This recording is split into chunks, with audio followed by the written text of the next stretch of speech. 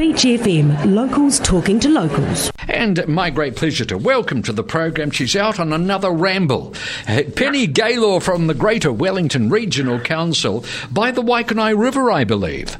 Oh, good morning, John. And don't confuse you, I'm certainly not about to ramble. No, I meant the wander in the countryside, you know, that sort of rambling. Oh, yeah, no. What a great job I have. Today, I get to walk along the Waikanai River. I was about to make a Freudian slip and say the Otaki River, but of course we bust that river. Oh, absolutely. So today we've started at the Waikanai estuary, and we're actually moving inland this time, which a bit confusing for me because of all the years I've been coming on the Waikanai River, we've done it the other way mostly. So a good crowd of people, lots of different people from our community in here in Waikanai. We've got quite a few staff here from Regional Council, people who do the work, people who plan the work, and then the likes of myself, and we've got the Deputy Chair of Regional Council, Adrian Staples, over from Wairarapa, and G. Brash from Pororua. And we've got the Mayor Gurus here and some of his councillors. So lovely turnout. We've actually stopped for morning tea time now, so perfect timing. We've got a little marquee in the Otahanga domain, so if anybody sees us, they're going, what on earth am I missing? Make sure you come along next year. It's a great day. We started out at the estuary, and we had kind of, first up, we really wanted to talk about the gravel and consenting update for the community, and then we were talking about estuary ecology and the monitoring that's going on there and our natural resources plan, and now we're having morning tea, and then we're going to mosey on further towards the Expressway Bridge and talk about the channel works and the river maintenance generally around there, and things that have happened that the models that, of course, big brains come up with, and then Mother Nature goes, I'll do as I please, and so how we deal with that, and then of course some erosion on the track further along again has been causing us some issues, and we have to, while we've done some repair work and kind of moved the track away from the river for a section of about 100 metres, one of the posies, we're actually in discussions to kind of go, what's the long-term solution? We've done a quick fix, what's the long-term solution?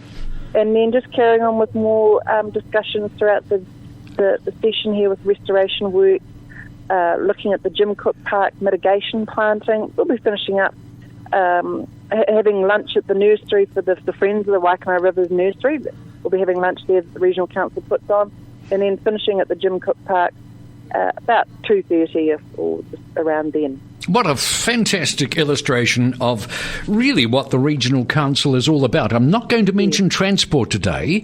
You'll be delighted to hear because, we talked a lot about that, but I think you'd agree that it's this environmental work which is the real nub of what the Regional Council is all about. Yes, it is. Regional Council is an environmental organisation. So, when you think about what's the Kapiti Coast District Council, it's kind of very, you might look at it more of a community-focused organisation, putting on libraries and pools and doing the potholes in your local roads. For our core brief for a regional council right around the country is about being an environmental organisation and putting in the rules, updating the rules, monitoring, managing, taking consent, processing consent, having the big picture around what's the environmental health of our whole region, whether it's a stream or a beach or the hillside or the air pollution or the harbours or wherever. So a really big brief. Indeed, a very important brief as well. With that in mind, last week we had what I consider to be one of the most important pieces of legislation passed with an almost unanimous support of the New Zealand Parliament, the Climate Change Response Amendment Bill, better known perhaps as the Zero Carbon Bill, which I would have thought has real implications for what we've been talking about. How does this affect the Greater Wellington Regional Council?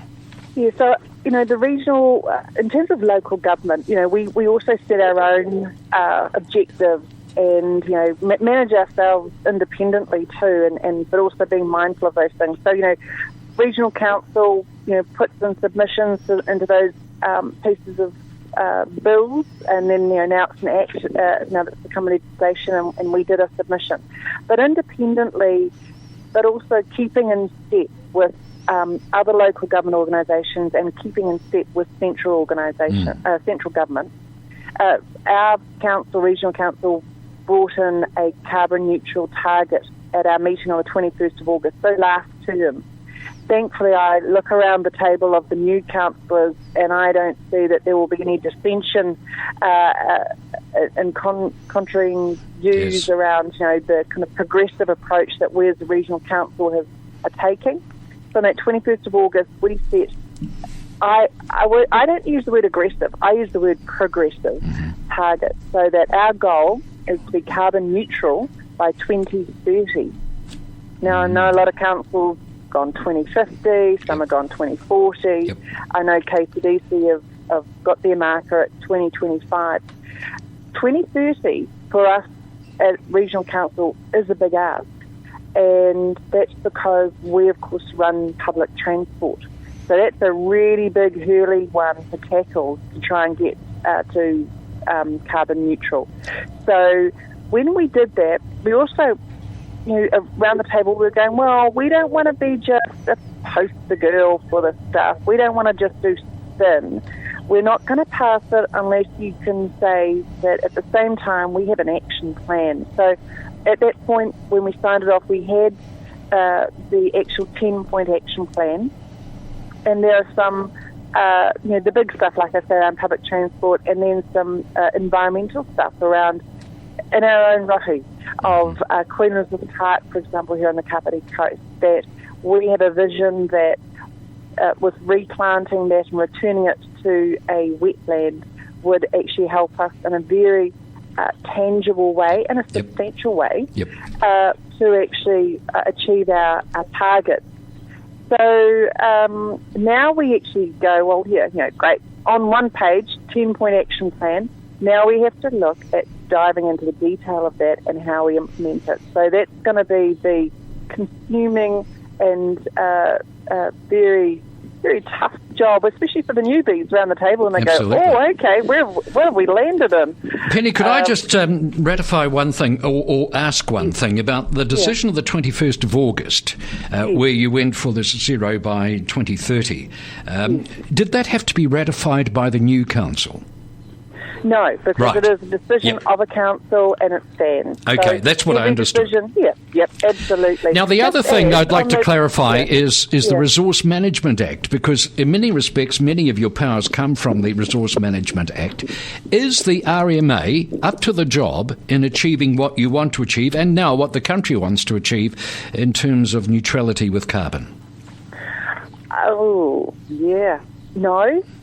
Gosh, I'm thinking back to when the RMA came in to force, and what year are we talking now? Is that early 90s? We should know, Penny, because we were both involved, weren't we? I know. And I remember I was at university studying journalism, and I had also just come out of working in David Longy's office, and, I'm just thinking of way back to then, and you know what, the conversation around climate change is, for many of us, a much bigger conversation, but only in more recent years. And so certainly at a regional council table, the decisions we're making now around our response to climate change it seems so distant from the time when the RMA was brought in. So, yes, the government is looking to make some changes. And funnily enough, I was at the River Awards on Thursday night last week, and had a very quick but good opportunity to talk to the David Parker, the Honourable David Parker, and was talking about the kind of the RMA very briefly, but in the context of our rivers. So we at Regional Council will absolutely be submitting into the changes, because it is like I said, we just talked about it's our core business. Anything environmental is our core business. Anything that's slapped in or taken out of the RMA affects what we do, our business, significantly. And so we will definitely be having, making sure that we put our piece in about what things need to be doing, need to be in the RMA. The conversation, for example, that was having with David Parker was about consenting of water for bottling and exporting. So it was really interesting. Just a stand-up conversation in between various, presentations of awards, and an interesting response from him about, well, you have, first off, your thinking has to be, is it a negative environmental impact, or are you talking about a negative commercial impact? So I was like, actually, that's a really good question. Yeah. So specifically that's because of what's been going on, it continues to go on in Upper Hutt, where they're doing bottling of water and shipping it offshore. Indeed. He's a very thoughtful and interesting man, David Parker. I wish he wasn't so jolly busy. I'd love to have a chat with him on the radio sometime. Oh, well, put your request in. Oh, I have. I'm sure you would. I have. I'm very busy at the moment. But look, I'm so grateful that you've taken the time out from your Waikanae River ramble to talk with us here on Beach FM. And I thank you very much for your time. Oh, lovely. Thank you. Good to talk. And that's Penny Gaylor. 106.3 Beach FM.